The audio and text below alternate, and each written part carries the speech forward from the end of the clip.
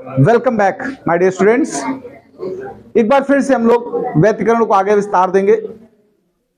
आज हम सबसे पहले जो सीखने वाले हैं उस टॉपिक में हम डिस्कस करेंगे कि क्या व्यतिकरण पाने के लिए जो हम प्रकाश तरंगे प्रयोग करेंगे वो अलग अलग स्वतंत्र स्रोतों से आए तो क्या व्यतिकरण संभव है। हेडिंग तो डाल लीजिए, फिर आगे विस्तार से बात करते हैं। हेडिंग है दो स्वतंत्र प्रकाश स्रोतों से व्यतिकरण असंभव है। क्यों असंभव है मैं उस पर बात करूंगा। इंग्लिश में कहें तो लिखेंगे no interference by two independent light sources. देखो एक्चुअल में जब हम लोग ये प्रैक्टिकल करते हैं व्यतिकरण का, व्यतिकरण में होता क्या आमतौर पे जो हम बताते हैं वो समझ लेना पहले, फिर हम इस टॉपिक की बात करेंगे। उसमें हम लोग इस तरह से बात करेंगे कि मेन सोर्स ये है, एक सोर्स मेन होता है मुख्य, और उससे जो तरंगे चलती हैं, ये जो प्रकाश स्रोत है इसको मोनोक्रोमेटिक यानी एक वर्णीय प्रकाश कहते हैं। क्या कहते हैं? एक वर्णीय।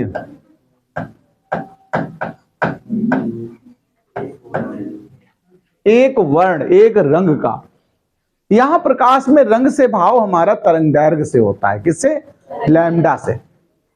ये जो प्रकाश स्रोत हमने लिया वो एक वर्णीय प्रकाश स्रोत है, और एक यहाँ स्क्रीन लगाई जिसमें दो होल है, देखो एक S1 और एक S2। तो जब इस पर्दे के इस तरफ आप देखोगे तो आपको दो जगह से प्रकाश आता दिखेगा, यानी ये दो स्रोत हो गए कि नहीं हो गए। और यहां से जो तरंगे आएंगी प्रकाश की किरणें वो आपस में अध्यारोपित हो जाएंगी और हमें इस पर्दे पे व्यतिकरण प्रतिरूप बनाकर दिखाएंगी। तो इनमें मैंने मेन सोर्स तो एक ही लिया है, स्वतंत्र नहीं है। देखो ये दोनों स्रोत क्या स्वतंत्र हैं? मूल रूप से एक दूसरे से जुड़े हैं। तब तो फ्रिंजें मिली। फ्रिंज कैसी मिलती है भी समझना। व्यतिकरण फ्रिंजों में होता क्या है, काली सफेद यानी डार्क और ब्राइट। देखो ऐसे फ्रिंजेस मिलती हैं, ऐसे पट्टियां जैसी मिलती हैं, या मतलब ऐसे दिखा दें हम, ऐसे एक पट्टी फिर दूसरी पट्टी फिर तीसरी पट्टी, ऐसे मतलब डार्क और ब्राइट, डार्क और ब्राइट, ऐसे पर्दे के ऊपर हमें इस तरह की पट्टियां दिखाई देती हैं। इनको फ्रिंज कहते हैं। इन पट्टियों को क्या कहते हैं? फ्रिंज कहते हैं। ये चीज आगे अभी हम इसके बाद जो हेडिंग है उसमें बताएंगे व्यतिकरण को विस्तार से। लेकिन इससे पहले चर्चा हमें जो करनी उसमें यह करनी कि ये जो एक ही स्रोत से दो स्रोत बनाए हैं, अगर ऐसा ना करें, इनकी जगह दो बल्ब रख दें अलग अलग। भाई मैं दो सोर्स चाहिए, वहां से तरंगे चाहिए, तो क्या ये व्यतिकरण फ्रिंजें बनेगी? अगर नहीं बनेगी तो क्यों नहीं बनेगी? दो कैंडल ले लें, दो बल्ब ले लें स्वतंत्र, तो क्या ये बनेगा व्यतिकरण? तो नहीं बनेगा, क्योंकि हेडिंग में मैंने ये बात पहले लिख दी, असंभव है। क्यों असंभव है? मुद्दा ये है, यही यहां डिस्कशन करना है, मुझे पूरा थ्योरेटिकल लिखना है। तो हम यहां पर यह कहेंगे कि अगर दो स्वतंत्र प्रकाश स्रोत हैं तो वहां से निकलने वाली तरंगों की कलाएं, कला मतलब कोण, कलाएं लगातार बदलती रहेंगी, और उनके बीच में जो कलांतर होगा वो भी बदलता रहेगा। कभी दोनों किरणें समान कला में आ जाएंगी तो कलांतर होगा 0, कभी विपरीत कला में आएंगी तो कलांतर होगा 180, कभी एक दूसरे से लंबवत कला में आएंगी तो कलांतर होगा 90। कोण, ये बीच का अंतर बदलता रहेगा। φ1 φ2 जो होता है कला में, जो अंतर होता है कोण में, वो बदलता रहेगा। और अगर कला में अंतर बदलता रहेगा तो जिस बिंदु पर अभी डार्क है, थोड़ी देर बाद भाई अभी विपरीत कला में आएंगी तो डार्क फ्रिंज बनेगी। कैसी बनेगी? काली। और फिर समान कला में आ गई, थोड़ी देर बाद बदलता रहेगा तो वहां व्हाइट हो जाएगी, चमकदार। फिर आगे विपरीत कला में आ गई, फिर डार्क। तो पर्दे पे एक ही जगह बार बार तीव्रता बदलती रहेगी। और अगर तीव्रता बार बार बदलती, ध्यान रखिएगा, तो पूरा पर्दा हमें एक साथ चमकदार दिखेगा। कैसा दिखेगा? काली सफेद पट्टियां नहीं दिखेंगी। डार्क ब्राइट यानी दीप्त और अदीप्त कहते हैं हम लोग। डार्क और ब्राइट को हिंदी में क्या कहते हैं? दीप्त अदीप्त बोलते हैं। दीप्त माने चमकदार, अदीप्त माने डार्क यानी काली। कैसे? जैसे ये जो बल्ब जल रहा है हमारा, जो भी बल्ब या लाइट या ट्यूबलाइट जलती हैं, चूंकि हमारी जो धारा है वो प्रत्यावर्ती धारा है। यहां पर धारा की आवृत्ति 50 होती है, पढ़ा है पीछे प्रत्यावर्ती धारा की आवृत्ति। आवृत्ति 50 होने का मतलब है 100 बार 0 मिल रहा है और 100 बार अधिकतम। देखो प्रत्यावर्ती का ग्राफ कैसा पढ़ाया था मैंने, आपको याद होगा, इस तरीके से एक आवर्तकाल है ये। एक आवर्तकाल या एक पूरा चक्कर, एक पूरे चक्कर में गौर करके देखो, एक ये पीक है और एक ये पीक है, देखो दो अधिकतम मान है कि नहीं, तो दो न्यूनतम होंगे शून्य, एक ये शून्य और एक ये शून्य। बोलो भाई, हर चक्कर में दो बार शून्य हो रही धारा, दो बार धारा शून्य होने का मतलब बल्ब बंद हो रहा है दो बार। और ऐसे टोटल कितने चक्कर होते हैं एक सेकंड में? 50। तो 100 बार ये बल्ब बंद हो रहा है एक सेकंड में और 100 बार जल रहा है। क्या तुमको बंद होता महसूस हो रहा है? क्यों नहीं हो रहा पता है? इसमें एक कारण है, हमारी आंख में एक दोष होता है, उसको कहते हैं दृष्टि निर्बंधता का दोष। क्या कहते हैं? फिर सुन लो नाम, दृष्टि निर्बंधता, इंग्लिश में कहते हैं परसिस्टेंस ऑफ विजन। इस दोष की वजह से, इस डिफेक्ट की वजह से हमें पूरी एक जैसी चीज दिखाई देती है, यानी चमकदार ही दिखाई देती है। ठीक है, इसलिए हम कहेंगे कि अगर दो स्वतंत्र प्रकाश स्रोत लिए गए हैं तो कभी भी व्यतिकरण दिखेगा ही नहीं, पूरा पर्दा हमें एक समान चमक के साथ दिखाई देगा। ठीक है, उसमें हमारा दोष कौन सा लगा हुआ? दृष्टि निर्बंधता का। आपने मूवी देखी, पिक्चर, कोई भी मूवी, मूवी का शब्द नाम मूवी कहां से आया? वहां पर फोटोज मूव करती हैं। क्या करती हैं? वो कोई मूव, पूरी पिक्चर नहीं मूव होती है, फोटो होती है। लाखों पिक्चर एक मिनट में निकलती हैं फोटोज, और वो गति करती हैं एक के बाद दूसरी दूसरी। जैसे मान लो मैं हाथ उठा रहा हूं एग्जांपल के लिए, पहला यहाँ का फोटो है, इसके बाद यहाँ का, फिर यहाँ का, फिर यहाँ का, यहाँ का, ऐसे फोटो, इतनी तमाम फोटो हो गई, और ये पूरी एक साथ एक एक करके आपके नजर के सामने से गुजरे तो आपको लगेगा मैं हाथ उठा रहा हूं। जैसा कि एक 3 इडियट में उसने पिक्चर बना के दिखाई थी बच्चे की, कि देखो वो ये दिखा रहा है कि बच्चा दूर होता चला जा रहा घर से। ऐसा एक कोई वो एल्बम में दिखाया था उसने, बच्चे ने ड्राइंग बनाई थी। तो कहने इसीलिए वर्ड बना मूवी, मूव करती हैं फोटोज। हमारी आंखों में एक दोष है, अगर कोई परिवर्तन एक सेकेंड में 10 बार से ज्यादा हो रहा है, कितनी बार ज्यादा, तो वो परिवर्तन हम कभी कैच नहीं कर पाते हैं। पंखा घूमता है, कभी उसकी पंखुड़ी आप प्रॉपर देख सकते हो? पूरा एक रिंग दिखता है। क्या दिखता है? क्योंकि उसके जो आरपीएम है ना, या आरपीएस का है, रिवोल्यूशन पर सेकंड, वो 10 से ज्यादा है। अगर धीमा धीमा घूमेगा, 10 से कम चक्कर लगाएगा तो तुम्हें एक एक पंखुड़ा दिखेगा। तो 10 से ज्यादा बार अगर कोई परिवर्तन होता है तो हम उसको देख नहीं पाते। तो यहां भी परसिस्टेंस ऑफ विजन की वजह से यहां तो 100 बार परिवर्तन हो रहा है, तो हमें पर्दे पे जो डार्कनेस है वो कभी दिखाई नहीं देती है, लगातार हमें ब्राइट पर्दा दिखाई देता है। ठीक है, इतनी सब बातें यहां पर कहानी लिखनी है। तो चलो लिखना शुरू करते हैं। हेडिंग तो पढ़ी गई होगी आपकी। सबसे पहले लिखिए, यदि व्यतिकरण प्राप्त करने के लिए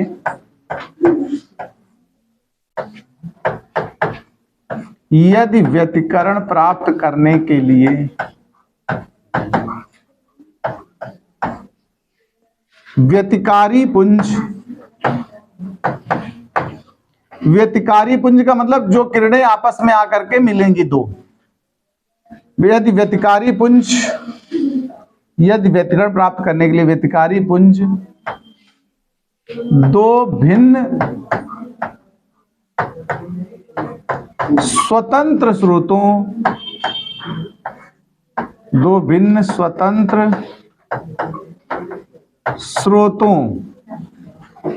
जैसे कि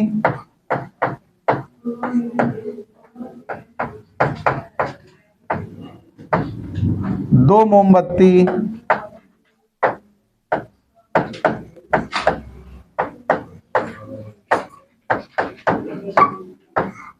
या दो बल्ब से आ रहे हैं, तो पर्दे पर व्यतिकरण प्रतिरूप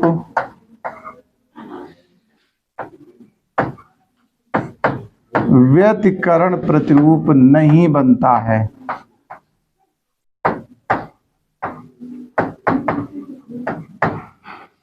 व्यतिकरण प्रतिरूप नहीं बनता है, अर्थात दीप्त व अदीप्त फ्रिंजें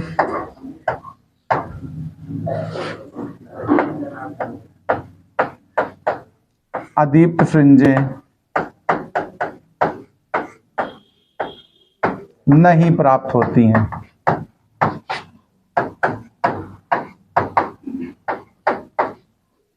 जिसका कारण यह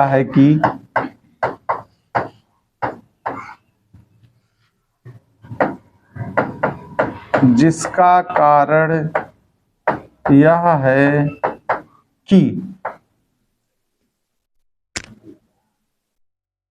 दोनों स्वतंत्र स्रोतों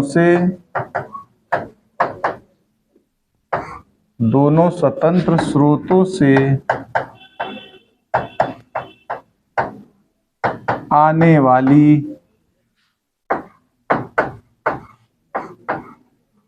किरणें सदैव भिन्न भिन्न कालांतर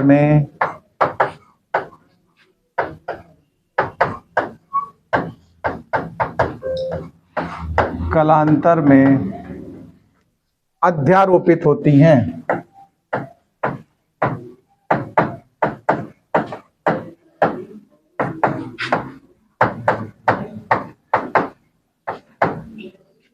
तो पर्दे के किसी बिंदु पर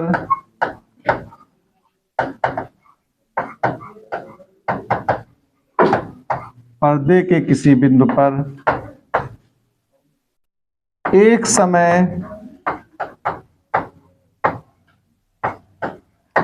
दीप्त फ्रिंज बनेगी,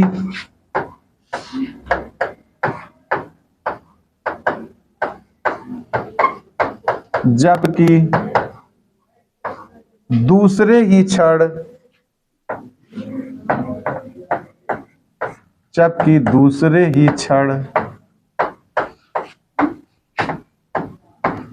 अदीप्त फ्रिंज प्राप्त होगी।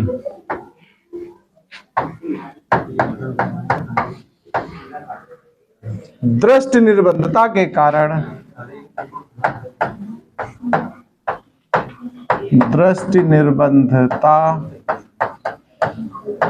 कारण हमें पूरा पर्दा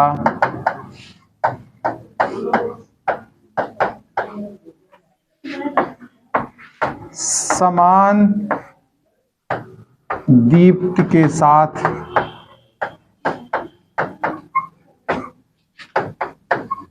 दिखेगा। अतः व्यतिकरण प्राप्त होने के लिए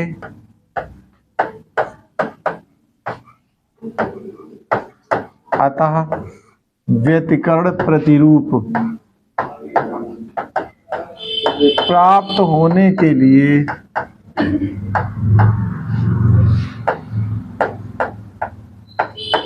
किरणों के मध्य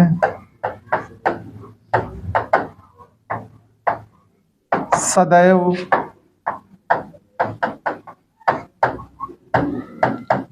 कालांतर समान होना चाहिए।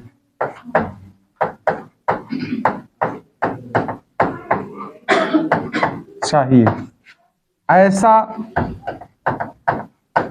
तभी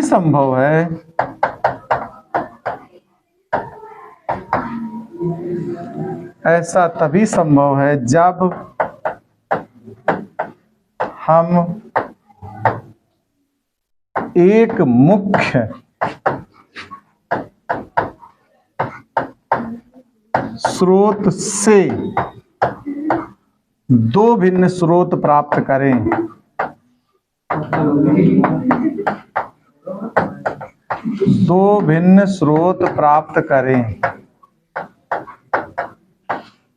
ये पूरा नोट कर लो।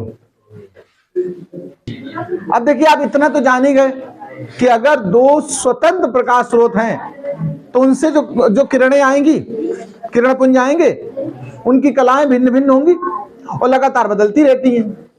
इसलिए कभी व्यतिकरण प्रतिरूप प्राप्त नहीं होता है। लेकिन अगर वही कला जो आ रही है, मतलब तरंगे, वो हमेशा एक निश्चित कलांतर पर आकर अध्यारोपित हो, मिले या नहीं, कलांतर हमेशा फिक्स रहे, कांस्टेंट रहे। तो ऐसे स्रोत जहां से आने वाली किरणों के बीच कलांतर सदैव नियत रहता है, कांस्टेंट रहता है, उन स्रोतों को कहते हैं कला संबद्ध स्रोत। क्या बोलते हैं? तो चलो परिभाषा लिखो। ऐसे प्रकाश स्रोत, ऐसे प्रकाश स्रोत जिनसे आने वाली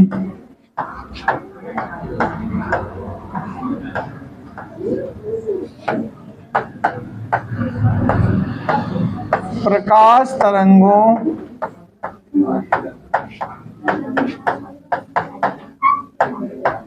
के मध्य कलांतर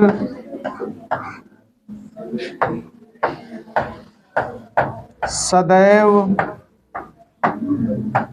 नियत होता है, कला संबद्ध स्रोत कहलाते हैं।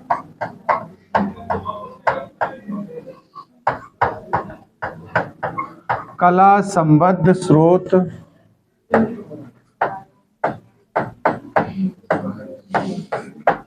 कहलाते हैं, ठीक है।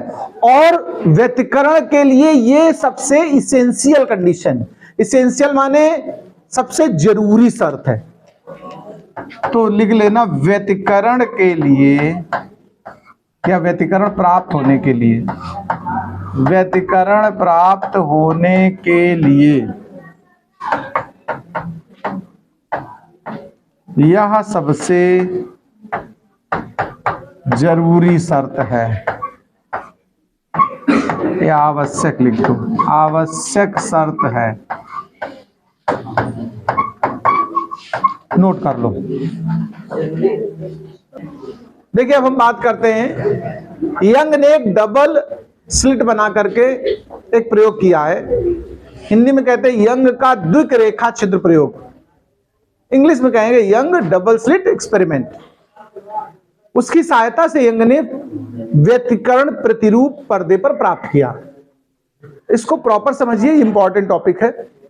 इसी टॉपिक से आगे एक प्रूविंग है जिसमें हम लोग फ्रिंज की चौड़ाई ज्ञात करेंगे, तरंगदैर्घ्य ज्ञात करेंगे प्रकाश के स्रोत की। तो जरा देखना, जरा बात को कैसे करना है, डायग्राम पे ध्यान दें।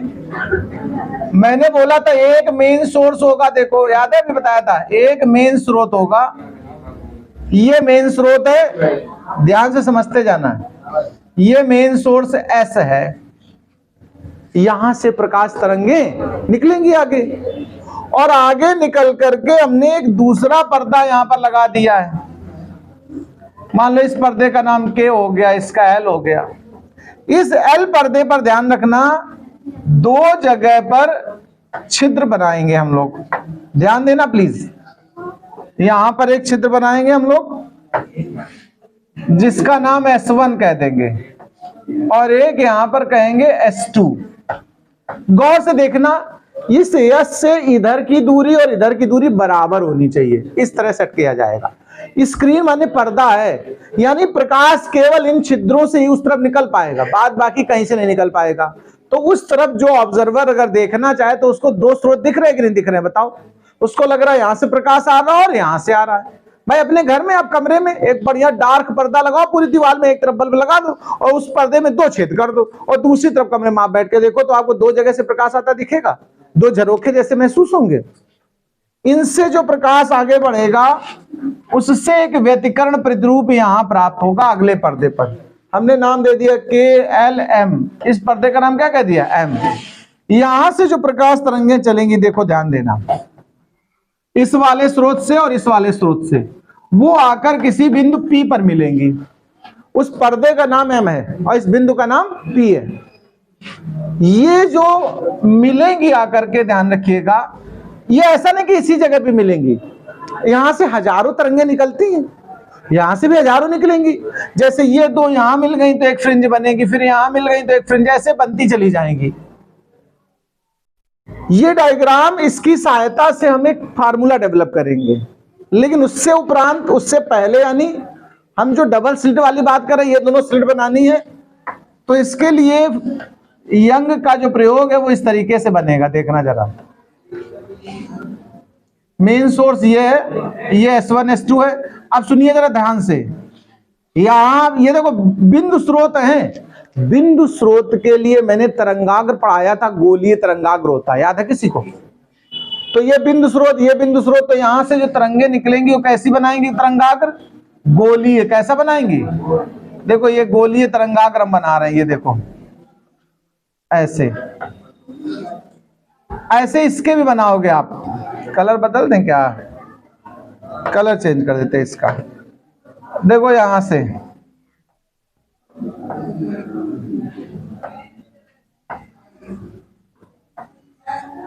ऐसे बहुत सी तरंगे निकलेंगी, ध्यान से समझना बात को। अच्छा लग रहा है? बहुत बढ़िया।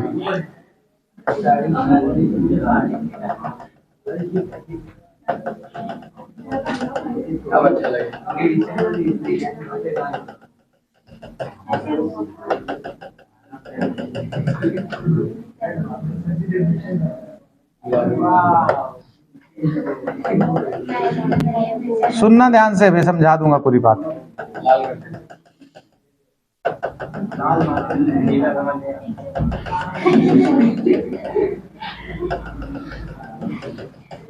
जरा गौर से देखिएगा, ये S1 है, ये वाला स्रोत यहां जो है, और ये S2 है, और ये मेन सोर्स S है।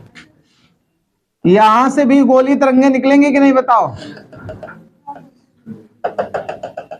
यही तरंगे वहां पहुंची हैं S1 S2 में। मतलब सुनिए अब इसका, मेन स्रोत से जो गोली तरंगाग्र निकल रहे हैं, हमने अल्टरनेट सॉलिड और डॉटेड दिखाया, जिससे एक के बाद अगला, अगले के बाद अगला समझ में आया आपको आसानी से। ऐसे निकल के जब इन स्रोतों में पहुंचे S1 S2 में, तो यहां ये फिर नए स्रोत का काम करेंगे। पीछे पढ़ा चुके ना हम हाइगेंस में कि जो तरंगाग्र में स्थित बिंदु होते हैं वो नए तरंग स्रोत का कार्य करते हैं, जहां से द्वितीयक तरंगिकाएं निकलती, याद है? और वो सभी समान दिशाओं में जाती हैं। तो अब देखो यहां से ये द्वितीयक तरंगिकाएं निकल रही हैं।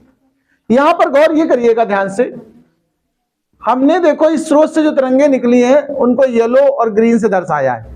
ऑल्टरनेट देखा, एक देखो सॉलिड है, फिर डॉटेड है, फिर सॉलिड है, फिर डॉटेड। देखो ध्यान से, वही यहां से भी आप एक ही कलर से बना लेना, ऐसा जरूरी नहीं। मेरे पास है रंगबाजी की व्यवस्था तो हमने कर दी। तुम्हारा नीला पेन है, अपना नीले से बनाओ, काला तो काले से। तो यहां पर देखिए ऐसे। अब सुनना, जो तरंगे समान कला में आके मिलती हैं उनकी परिणामी तीव्रता अधिकतम होती है। ये पढ़ाया मैंने, पीछे बताया है। यानी वो समान कला में मिली हैं, इसका मतलब तरंग उनकी जो तीव्रता है वो मैक्सिमम होगी। मैक्सिमम माने ब्राइट, दीप्त फ्रिंज बनेगी, चमकदार। और जो विपरीत कला में मिलेंगी 180 अंश पे, वो एक दूसरे को कैंसिल कर देंगी, तो वहां तीव्रता कितनी हो जाएगी? शून्य। वहां फ्रिंज कैसी बनेगी? डार्क। अब सुनिए, यहां मेन मुद्दा भी यही बताना चाहता हूं मैं। देखो जो सॉलिड वाले, आप देखो ये पुंज बने, जो सॉलिड वाला तरंगाग्र है वो सॉलिड को अगर काट रहा है तो समान कला हुई।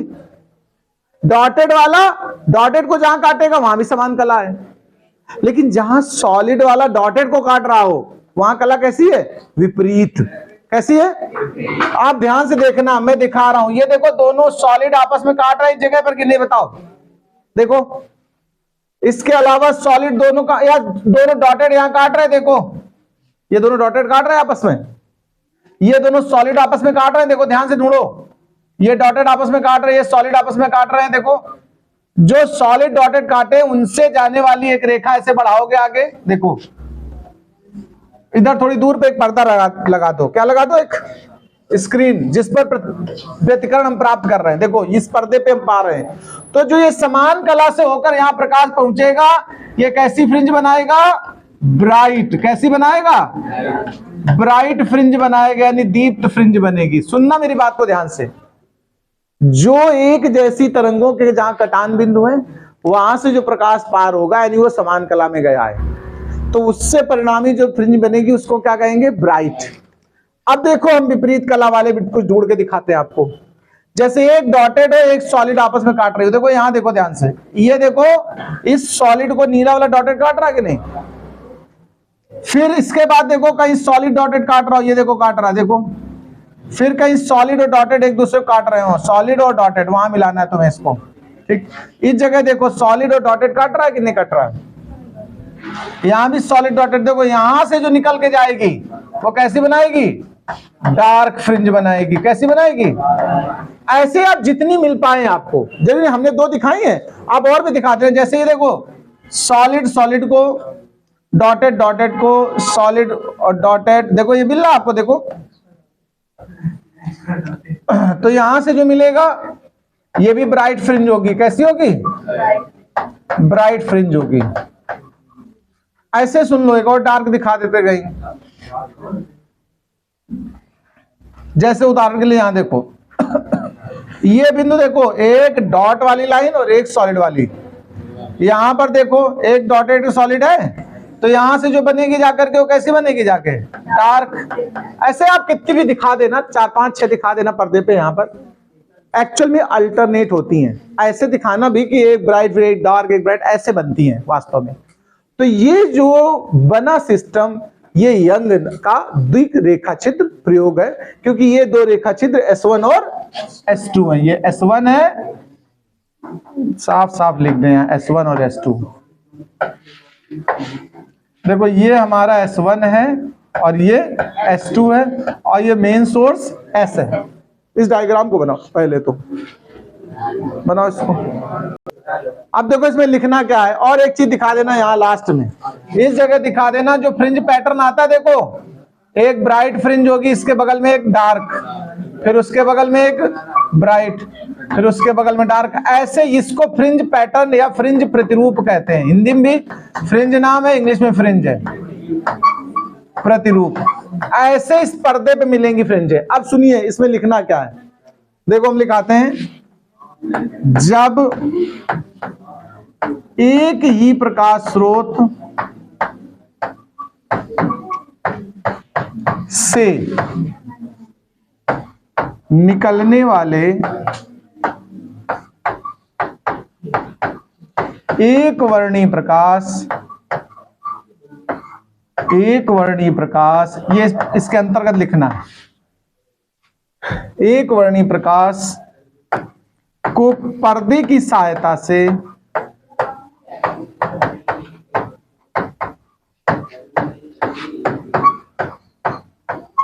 दो स्रोतों S1 व S2 में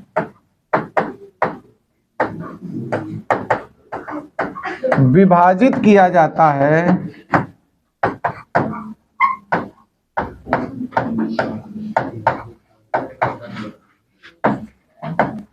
तो इनसे निकलने वाली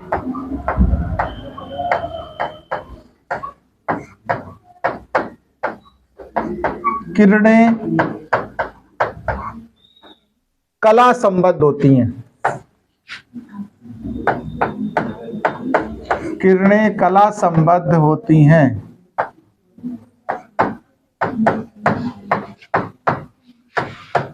जो कि अध्यारोपण के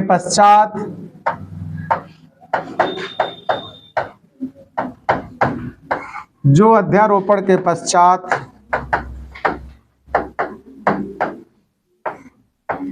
सामने पर्दे पर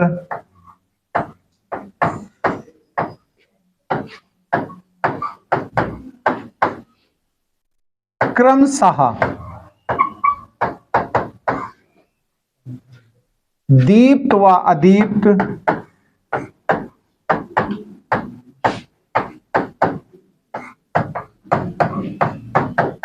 फ्रिंजे बनाते हैं। अर्थात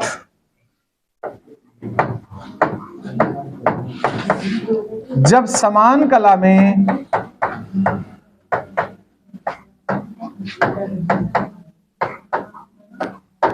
अध्यारोपण होता है,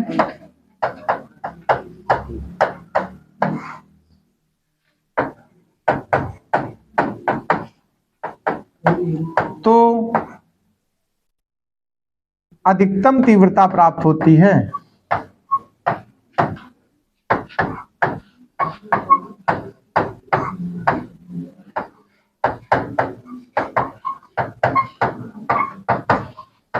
जिसे समपोषी व्यतिकरण कहते हैं, जिसे समपोषी व्यतिकरण कहते हैं।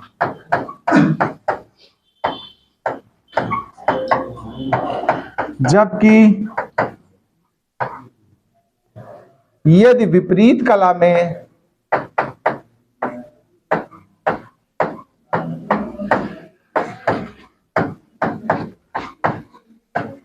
अध्यारोपण हो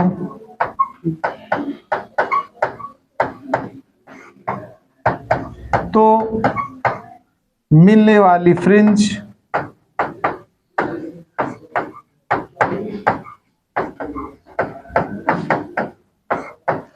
की तीव्रता न्यूनतम होती है।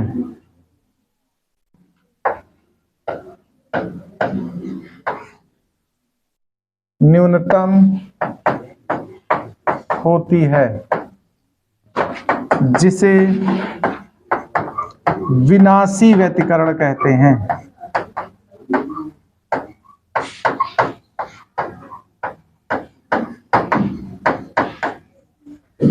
यहां मुख्य स्रोत एस, पर्दे पे देखो, इधर देखें, मैंने इसके बारे में बोलना शुरू किया है। यहां पर मुख्य स्रोत एस है, जिसको एक पर्दे से दो स्रोत S1 S2 बनाया गया है। इनकी फ्रिंजें हमें अगले पर्दे पर प्राप्त होंगी। चाहो तो इन पर्दों के नाम लिख दो, इसका नाम लिख दो L और इस पर्दे का नाम M।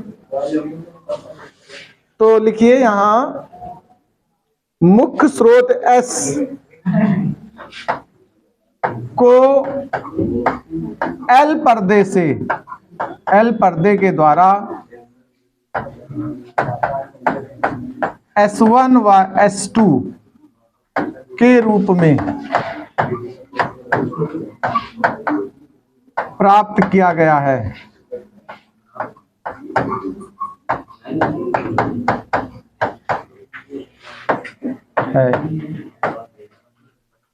अब सुनिए, अगर हम कहेंगे डॉटेड को बिंदुवत कहते हैं, ठीक है, सॉलिड को हम ठोस कहेंगे, तो हम कहेंगे S1 व S2 से निकलने वाले ठोस तरंगाग्र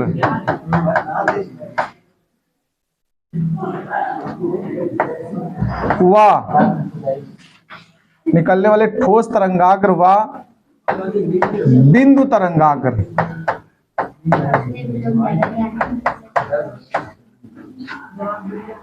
जहां मिलेंगे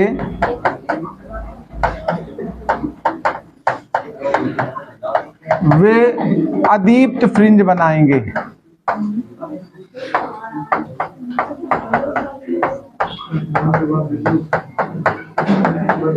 अदीप्त फ्रिंज बनाएंगे तथा ठोस तरंगाग्र को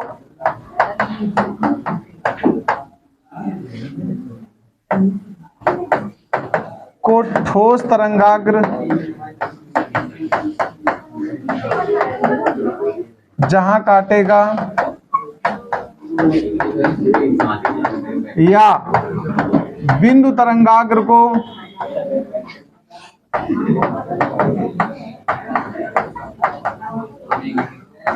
जहां बिंदु तरंगाग्र काटेगा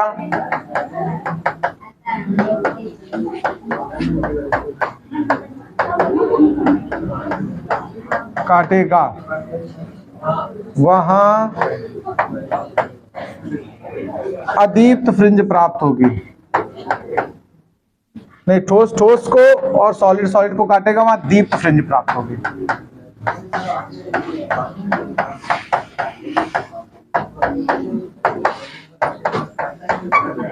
यही यंग